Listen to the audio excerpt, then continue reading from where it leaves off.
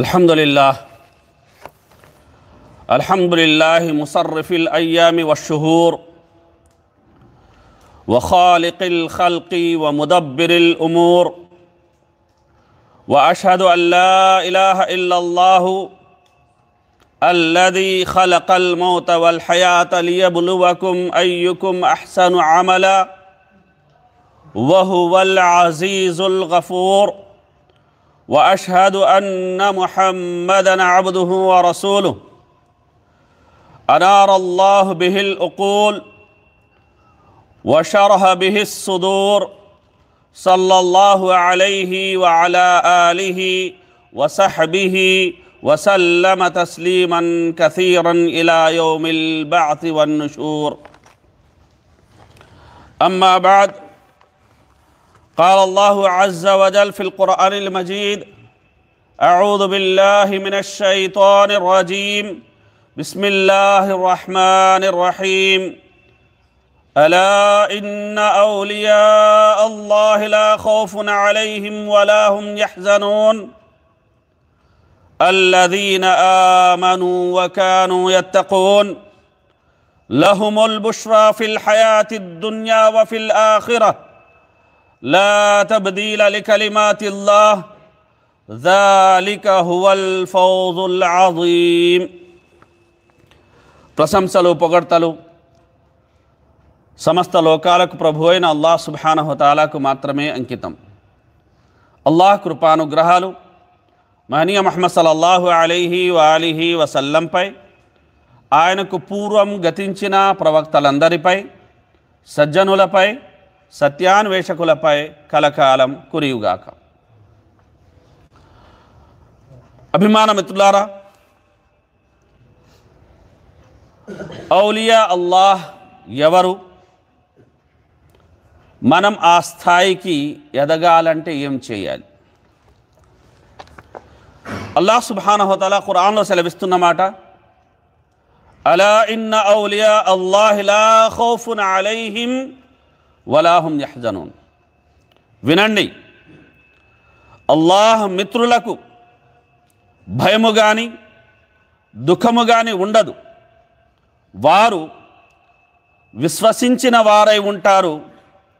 చెడుల విషయంలో అల్లాహ్కు భయపడేవారై ఉంటారు. వారిటు ప్రపంచంలో అటు పరలోకంలోనూ సంతోషంగా ఉంటారు. అల్లాహ్ మాటలు ఎన్నటికీ మారవు. ఇదే గొప్ప విజయం. అభిమాన మిత్రులారా, ఖురాన్లో వలి అన్న ఈ పదం వివిధ చోట్ల వేరే వేరే అర్థాల్లో 233 సార్లు వచ్చింది. ఔలియా అనేది వలి అన్న పదానికి బహువచనం. వలి అంటే మిత్రుడు, సహాయకుడు, మార్గదర్శకుడు, కాపాడేవారు యొక్క అనేక అర్థాలు దీనికి ఉన్నాయి. ఇక ఔలియా అల్లాహ్ అనగా అల్లాహ్కు ఇష్టమైన వారు, అల్లాహ్ ఇష్టులు, అల్లాహ్ను వారు సంతుష్టం చేసుకున్నారు. అలాగే వారి ఎడల కూడా అల్లాహ్ సుబ్హానహు వ తఆలా సంతుష్టుడు అయ్యాడు. ఇవే కాకుండా ఖురాన్లో వలి అనేది మనం తీసుకున్నట్లయితే సహాయకుడు, సపోర్ట్ చేసేవాడు అన్న అర్థంలో కూడా వాడబడింది. వలి అనేది ఆరాధ్యుడు, ప్రభు అన్న అర్థంలో కూడా వాడబడింది. వలి అనేది సంతానం, కొడుకు అన్న అర్థంలో కూడా వాడబడింది. వలి అనేది సోదరుడు, స్నేహితుడు అన్న అర్థంలో కూడా వాడబడింది. వలి అనేది విగ్రహము అన్న యొక్క అర్థంలో కూడా వాడబడింది. వలి అనేది దగ్గర రక్త సంబంధీకుడు అన్న యొక్క అర్థంలో కూడా వాడబడింది. వలి అనేది వారసుడు అన్న అర్థంలో కూడా ఖురాన్లో వాడబడింది. ఇక అభిమాన మిత్రులారా, పై ఆయతులో అల్లాహ్ సుబ్హానహు వ తఆలా శైతాన్ మిత్రులు 2 వర్గాలు ఉంటాయి, ఔలియాఉర్ రహమాన్, ఔలియాఉష్ శైతాన్. శైతాన్ మిత్రుల యొక్క ప్రస్తావన తీసుకువచ్చిన మీదట అల్లాహ్ సుబ్హానహు వ తఆలా తన మిత్రుల గురించి అల్లాహ్ సుబ్హానహు వ తఆలా తెలియజేస్తున్నాడు. అలా ఇన్న ఔలియా అల్లాహి లా ఖౌఫున్ అలైహిం వలా హుం యహ్జనూన్. వినండి, అల్లాహ్ మిత్రులకు భయము కానీ దుఃఖము కానీ ఉండదు. వారు ఎవరు అంటే వారు విశ్వసించిన వారై ఉంటారు, వారు చెడు విషయాలలో అల్లాహ్ సుబ్హానహు తఆలాకు భయపడేవారై ఉంటారు. ఇక అభిమాన మిత్రులారా, మనం ఇస్లామీయ పరిభాష పరంగా వలియుల్లా అన్నదానికి అర్థం తీసుకున్నట్లయితే చిత్తశుద్ధితో అల్లాహ్ను మరియు అల్లాహ్ ప్రవక్త ముహమ్మద్ సల్లల్లాహు అలైహి వసల్లం వారికి విధేయత కనబరిచి చెడుల నుండి తనను తను కాపాడుకొని అల్లాహ్ సామీప్యం పొందేందుకు నిరంతరం కృషి చేసే ప్రతి వ్యక్తి ఎవరంటే వలియుల్లాహ్. కనుక అల్లాహ్ సుబ్హానహు తఆలా ఖురాన్లో సెలవిచ్చిన మాట, అల్లాహు వలియుల్లదీన ఆమను. అల్లాహ్ సుబ్హానహు తఆలా ఈమాన్ వారికి మిత్రుడు అని అల్లాహ్ సుబ్హానహు తఆలా ప్రస్తావించడం జరిగింది. దీన్ని బట్టి అర్థమయ్యేది ఏమిటంటే దైవ సామీప్యం పొందగోరే నిష్కల్మషమైన విశ్వాసులు వారు స్వచ్ఛమైన తౌహీద్ భావన కలిగి ఉండడంతో పాటు భయభక్తులతో కూడుకున్న జీవితం అనేది గడపాలి. ప్రతి దైవభీతపరుడు అల్లాహ్కు ప్రియతముడే, అతను కూడా వలియుల్లాహే. కానీ జనులు మాత్రం దీన్ని ఒక ప్రహసనంగా మార్చారు. మహిమలు చూపేవారే అల్లాహ్ ప్రియతములు కాగలుగుతారని భాష్యం చెప్పారు. తన భాష్యాన్ని సమర్థించుకోవడానికి తాము ఇష్టపడే వలీలకు స్వకల్పిత మహిమలను ఆపాదించారు. అల్లాహ్ సామీప్యం పొందడానికి అలాగే మహిమలు ప్రదర్శించడానికి అసలు సంబంధం ఏమీ లేదు. ఒకవేళ ఎవరి ద్వారానైనా ఏదైనా మహిమ ప్రదర్శితమైతే అది అల్లాహ్ ఇచ్ఛ మేరకు అల్లాహ్ ప్రణాళిక మేరకు జరిగింది అని అనుకోవాలి. అంతేగాని అది ఆ వలి తరపున జరిగిన మహిమ ఏమీ కాదు. అలాగే ఒక ధర్మనిష్ఠాపరుని ద్వారా ఒక విశ్వాసి ద్వారా ఏదైనా మహిమ ప్రదర్శితం అనేది కాకపోయినంత మాత్రాన వారి భక్తి తత్పరతను శక్కించాల్సిన అవసరం లేదు. ఎవరి ఆంతర్యాల్లో ఎంత భక్తి ఉందో అల్లాహ్కు మాత్రమే తెలుసు. కనుక ప్రతి శుక్రవారం మనం సూరతుల్ కహఫ్ చదువుతాం. సూరతుల్ కహఫ్లో ఆ యొక్క గుహ ప్రజల ప్రస్తావన ఉంది. వారు దాదాపు 300 పైచిలుకు సంవత్సరాలనేది గృహలో నిద్రుండిపోయారు. వారితో పాటు కుక్క కూడా అన్ని సంవత్సరాల వరకు సజీవంగానే ఉంది అనేది మనం ఖురాన్లో చదువుతాం. కనుక అభిమాన మిత్రులారా, ఈ ఘనత అనేది ఎవరికి చెందుతుంది? పుణ్యాత్ములైన ఆ వ్యక్తులకు చెందుతుందా అంటే ఎంత మాత్రం కాదు సోదరులారా. వారిని నిద్రావస్థలో ఉంచి బతికి ఉంచిన యొక్క అల్లాహ్ సుబ్హానహు తఆలా ఘనత గౌరవం అనేది చెందుతుంది. కనుక ఇది విషయాన్ని మనం గమనించాలి. అదేవిధంగా రహ్మతుల్లాహి అలైహ్, సాధారణంగా మనం తీసుకున్నట్లయితే మన సొంత కుటుంబానికి సంబంధించిన వ్యక్తులు మరణించి, మన నాన్న అయినా సరే ఎవరైనా సరే, వాళ్ళు మరణించిన తర్వాత కూడా మనం వాళ్ళ పేరు తర్వాత రహ్మతుల్లాహి అలైహి అనం, రహ్మహుల్లాహ్ అని కూడా చాలా తక్కువగా అంటాం.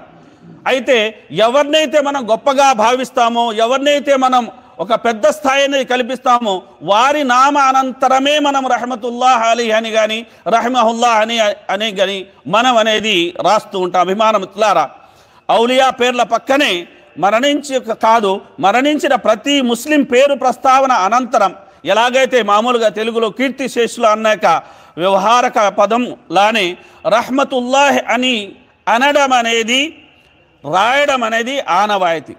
అంటే ఏమిటంటే అల్లాహ్ శుభాశీసులు కృపానుగ్రహాలు అతనిపై సదా ఉండుగాక అని. ఉదాహరణకు మనం అర్థం చేసుకోవాలంటే అహ్మద్ అనే వ్యక్తి బతికి ఉన్నాడు అనుకోండి, అతని పేరు తర్వాత మనం ఏం రాస్తామంటే హఫీదహుల్లాహ్ అని రాస్తాం. అంటే అల్లాహ్ అతన్ని కాపాడుగాక. అదే అహ్మద్ ఒకవేళ మరణించినట్లయితే అతని పేరు అనంతరం రహ్మహుల్లాహ్ అని కానీ రహ్మతుల్లాహి అలైహి అని కూడా మనం రాయడం అనేది చేస్తాం. అంటే దాని అర్థం ఏంటి? అల్లాహ్ అతన్ని కరుణించుగాక, అల్లాహ్ అతన్ని చల్లగా దీవించుగాక. కనుక మనం నీళ్లు తాగుతాం కదండి, కనుక ఆ నీళ్లు తాగే ఫ్రిడ్జ్లు ఉంటాయి చూడండి, అక్కడ కూడా మీరు చూశారంటే వారి తండ్రి పేరుతోనో తాత పేరుతోనో లేదంటే పూర్వీకుల పేరుతోనో వారు దాన్ని అనేది దానం చేసి ఉంటారు. కనుక వాళ్ళ పేరు అక్కడ రాసి గఫరహుల్లాహ్ అని ఉంటుంది. లేదంటే రహిమహుల్లాహ్ అని అక్కడ రాయబడి ఉంటుంది. కనుక ఈ పదాలు ఏవైతే ఉన్నాయో ఇవి సర్వసాధారణంగా అందరి కోసం ఎవరైతే మరణించారో వారు ముస్లింలైన పక్షంలో మనం ఖచ్చితంగా వీటిని వాడడం అలవాటు చేసుకోవాలి. దీన్ని ప్రత్యేకించాల్సిన అవసరం అనేది లేదు. ఇక అభిమాన మిత్రులారా, ఔలియా అల్లాహ్ యొక్క గుణగణాలు ఏమిటంటే అల్లాహ్ సుబ్హానహు వ తఆలా ఖురాన్లో సెలవిచ్చాడు. ఏమని అల్లాహ్ సుబ్హానహు వ తఆలా అన్నారండి? వల్లదీన ఆమను వకాను యత్తఖూన్. వారు ఎవరు అంటే వారు విశ్వాసపాత్రులై ఉంటారు, విశ్వాసులై ఉంటారు. అలాగే వారు తక్వా కలిగి జీవిస్తారు. కనుక అల్లాహ్ సుబ్హానహు వ తఆలా తెలుస్తున్న మాట, అల్లాహ్ స్నేహితులకు భయము కానీ దుఃఖము కానీ ఉండదు. వారు విశ్వసించిన వారై చెడుల విషయంలో అల్లాహ్కు భయపడేవారై ఉంటారు. అలాగే అల్లాహ్ సుబ్హానహు వ తఆలా ఖురాన్లో సెలవిచ్చిన మాట, వల్లాహు వలియుల్ ముత్తఖీన్. అల్లాహ్ సుబ్హానహు వ తఆలా దైవభీతి కలవారికి సన్నిహితుడు.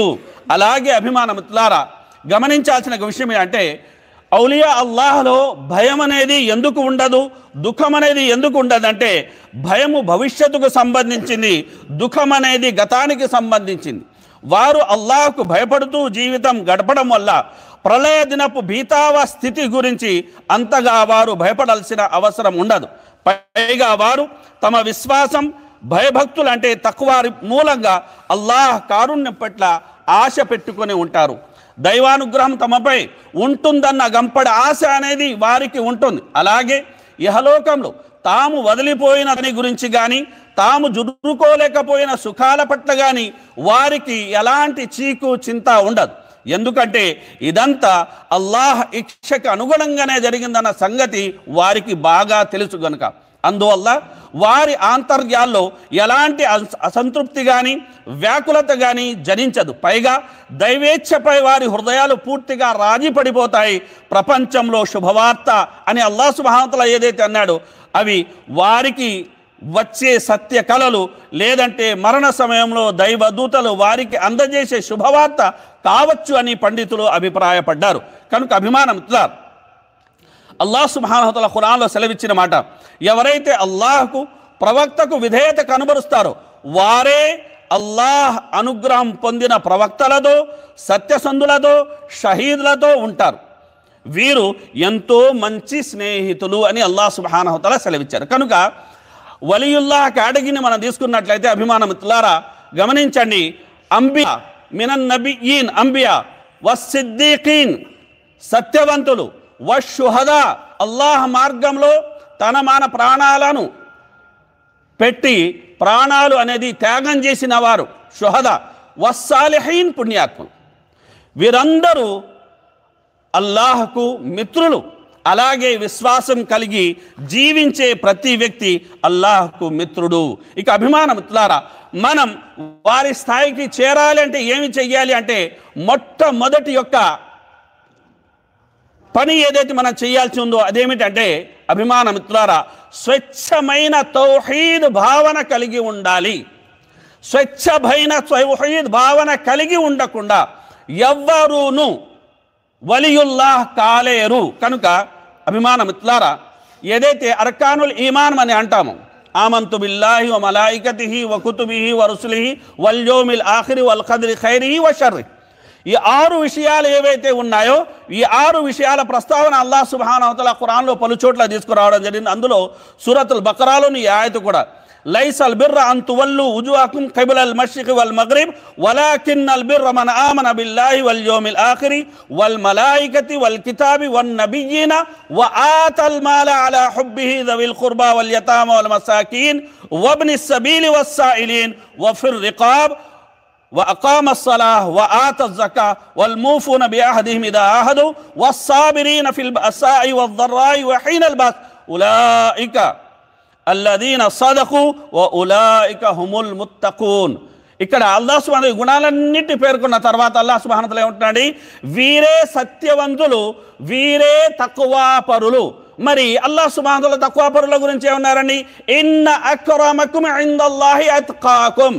అల్లాహకు మిక్కిలి ప్రియమైన వారు ఎవరు, మిక్కిలి ఇష్టమైన వారు ఎవరు, బాగా ఇష్టమైన వారు ఎవరండి, ఎవరు అంటే తక్కువ పరులని అల్లాహ్ సుబ్హానహు వ తఆలా సెలవీయడం జరిగింది. కనుక అభిమాన మిత్రులారా, ఈరోజు మనం తీసుకున్నట్లయితే తౌహీద్ గురించి తెలుసుకోవడానికి ఉపయోగించాల్సిన తెలివితేటల్ని షిర్క్ని సమర్థించే నిమిత్తం అనేది ప్రజలు ఉపయోగిస్తున్నారు. సోదరులారా, అభిమాన మిత్రులారా, పందా ఏదైనా కావచ్చు, మసలక్ ఏదైనా కావచ్చు, తౌహీద్ ప్రతి ముస్లింకి సంబంధించింది కదండి. మరి తౌహీద్ గురించి తెలుసుకోవాల్సిన ఆవశ్యకత మనలో ఎవరికి లేదా? అభిమాన మిత్రులారా, ఆ తౌహీద్ వచనం ఏదైతే ఉందో లా ఇలాహ ఇల్లల్లాహ్ ముహమ్మదు రసూలుల్లాహ్, దాని అర్థం ఎంతమందికి తెలుసు, దాని షరతులు ఎంతమందికి తెలుసు, అది మన నుండి కోరే యొక్క బాధ్యతలను ఎంతమందికి తెలుసు? మనం ఎంత దూరం చూసినా హక్కుల గురించి మాట్లాడతామే కానీ బాధ్యతను విస్మరించి జీవిస్తున్నామే. ధార్మిక మనకు ఏ బాధ్యత లేదా? ధర్మ విద్య నేర్చుకోవాల్సిన అవసరం అనేది మనకు లేదా? మరి తౌహీద్ గురించి తెలుసుకున్న షిర్క్ అంటే దేన్నంటారో కూడా అవగాహన అనేది మనకు ఉండాలా వద్దా? కనుక అభిమాన మిత్రులారా, ఈరోజు మనం గమనించినట్లయితే కొందరు సమాధుల దగ్గరికి వెళ్ళడం, అక్కడ వెళ్ళి మొరపెట్టుకోవడము, అలాగే సజ్జా చేయడం, ఇవన్నీ ఏవైతే అక్కడ చేస్తారో దాన్ని హరామ్ అనొచ్చు కానీ షిర్క్ అనడానికి లేదంటున్నారు. సుబ్హానల్లాహ్, మరి అది షిర్క్ కాకపోతే ఏదండి షిర్కు? అలాగే అలా చేసే వ్యక్తిని ముష్రిక్ అంటామా లేదా అనే విషయాన్ని పక్కన పెడితే చేస్తున్నది మాట షిర్క్ కదండి. ఎందుకు? ప్రవక్త సల్లల్లాహు అలైహి వసల్లం వారు అన్నారు, మన్ అల్లక తమీమతన్ ఫక్కద్ అష్రక్. షిర్క్ చెయ్యడానికి ముష్రిక్ అవ్వడానికి తేడా ఉంది. కనుక అది ముమ్మాటికి షిర్క్ కార్యమే. ఇది ఎందుకు అలా అతను చేస్తున్నాడు అంటే అతనికి తౌహీద్ పట్ల అవగాహన లేదు. దువా అంటే ఏమిటి, ఎవరితో దువా చేయాలి, ఎవరిని మొరపెట్టుకోవాలి, విగ్రహాన్ని కొలిస్తేనే షిర్క్ అవుతుందా? కాదు కదండి.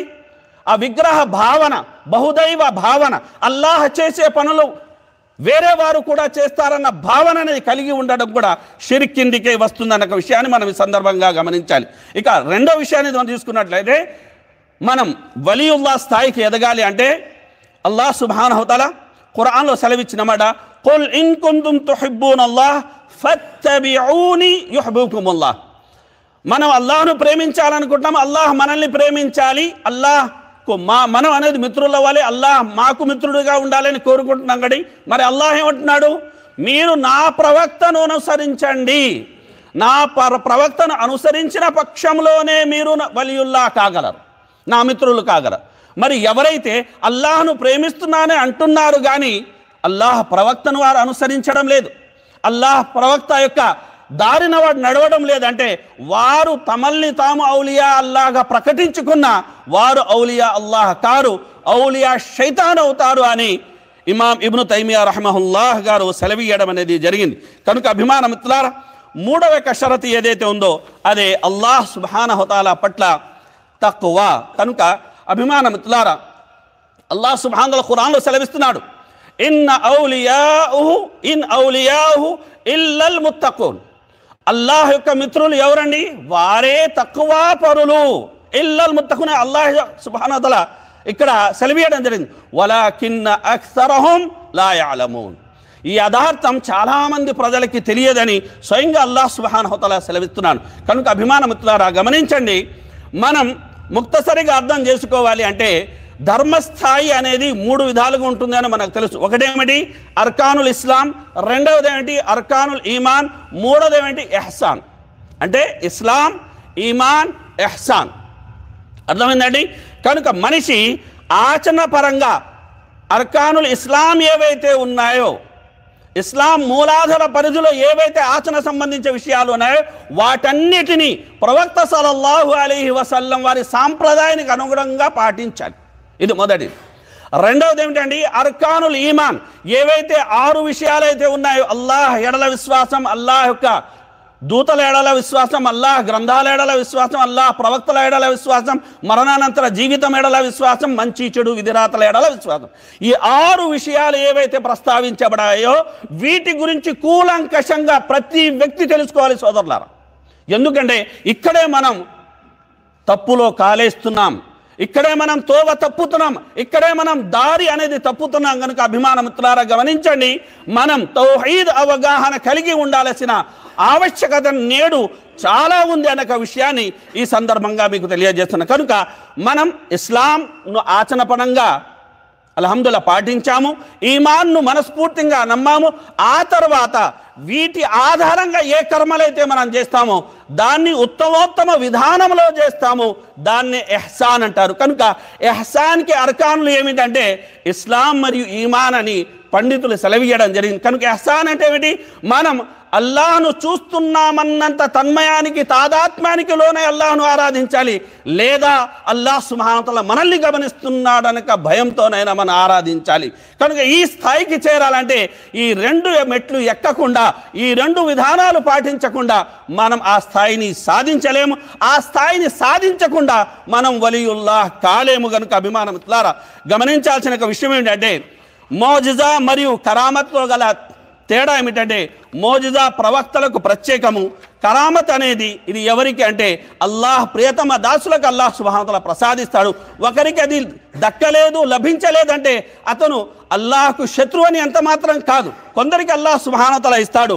అయితే ఒక అవిశ్వాసి చేత మీద, లేదంటే ఒక బిదత్కి పాల్పడే వ్యక్తి చేతుల మీదుగా ఇలాంటి ఒక విషయం అనేది కాస్త రొటీన్కి భిన్నమైన విషయం ఏదైనా జరిగింది అంటే దాన్ని ఇస్తిద్రాజ్ అంటారే కానీ అది కరామత్ కాదు అన్న విషయాన్ని మనం గమనించాలి. అంటే అల్లాహ్ సుబ్హానహు వ తఆలా వారికి దాని ద్వారా ఒక గడువు ఇస్తున్నాడు.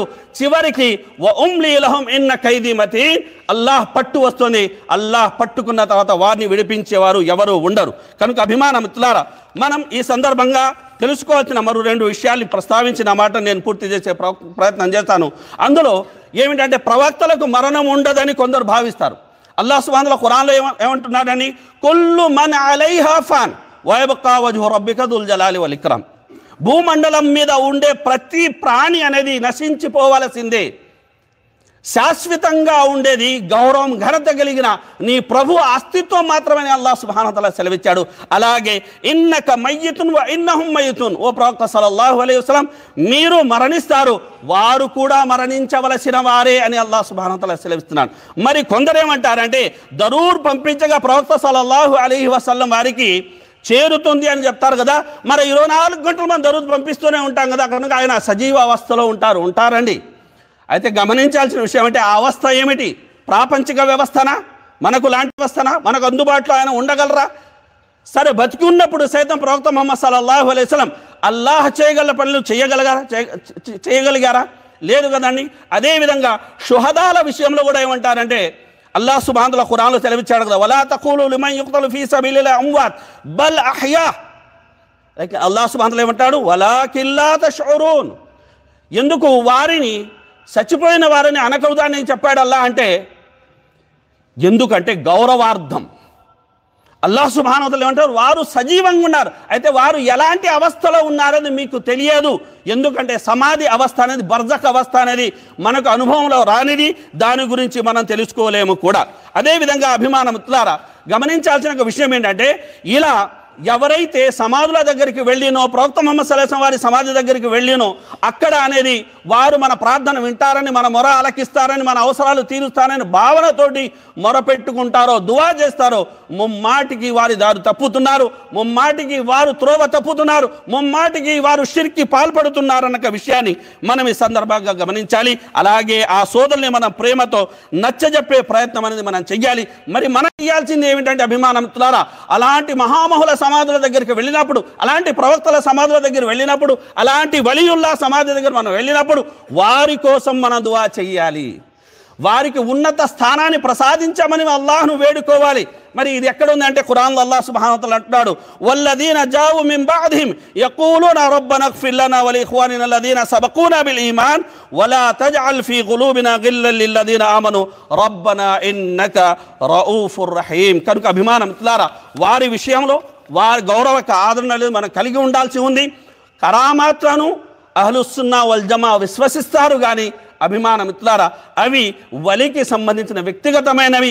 మరి వలి గుణం ఏమిటంటే, ఒకవేళ ఆయనకు అల్లాహ్ ఒక కరామత్ గౌరవార్థం ఏదైనా ఇచ్చినా దాన్ని ఆయన గొప్పగా చెప్పుకోకూడదు. తన స్వయాన్ని ఇంకా సంస్కరించుకోవడానికి, ఇంకా అల్లాహ్ యొక్క దాస్య విషయంలో ఎదగడానికి ప్రయత్నించాలి కానీ ప్రచారం చేసుకోకూడదు అని అబ్దుల్ ఖాదిర్ జీలానీ రహిమహుల్లాహ్ గారే స్వయంగా సెలవీయడం అనేది జరిగింది. ఏదేమైనప్పటికీ అభిమానములారా, అల్లాహ్ సుబ్హానహు వ తఆలా మనందరినీ తన ఆరాధన నిమిత్తం పుట్టించాడు కనుక మనం ఆయన్ను రాజీ పరుచుకునే అంశం మీద అనేది దృష్టి కేంద్రీకరించాలి. ఆయన ఆరాధనలో మన జీవితాన్ని మనం పూర్తిగా లీనపరిచే ప్రయత్నం మనం చెయ్యాలి. అదేవిధంగా అభిమానములారా, ఈ ప్రాపంచిక జీవితం ఏదైతే ఉందో, దీని మోజు ఏదైతే ఉందో, దీని వ్యామోహం ఏదైతే ఉందో, దీన్ని కాస్త తగ్గించుకోవాలి. ఎందుకంటే ఇది తాత్కాలిక నివాసమే కానీ శాశ్వతమైన నికేతనం కాదు. ఇది అంతమయ్యే తటాకమే కానీ ఎప్పుడు ఉండే యొక్క స్థలం కాదు. పరలోకమే అసలు జీవితం. కనుక అభిమానములారా, బుద్ధిమంతులైన అల్లాహ్ దాసులు వారు ఈ లోకానికి అని విడాకులు ఇచ్చేస్తారు. పరలోకం గురించే ఎక్కువగా వారు ఆలోచిస్తూ ఉంటారు. అదేవిధంగా అభిమానములారా, ప్రారంభంలో మనం చెప్పుకున్నట్టు సిరాతల్లదీన అన్అమ్త అలైహిం మినన్ నబియ్యీన వస్సిద్దీకీన వశ్శుహదాయి వస్సాలిహీన వహసున ఉలైక రఫీకా. ఈ 4 వర్గాలు అల్లాహ్ సుబ్హానహు వ తఆలా ప్రస్తావించాడు. ఈ 4 వర్గాలు వీరు ఏ బాటనైతే నడిచారో ఆ బాటనే మనము నడిచి మన ఇహపరాల జీవితాన్ని సఫలీకృతం చేసుకునే ప్రయత్నం చేయాలి.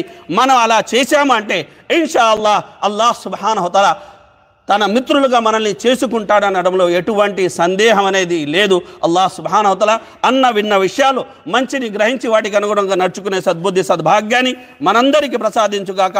ఆమీన్. బారకల్లాహు లనా వ లకుం ఫిల్ ఖురానిల్ హకీమ్ వ నఫఅని వ ఇయ్యాకుం బిల్ ఆయాతి వ దిక్రిల్ హకీమ్.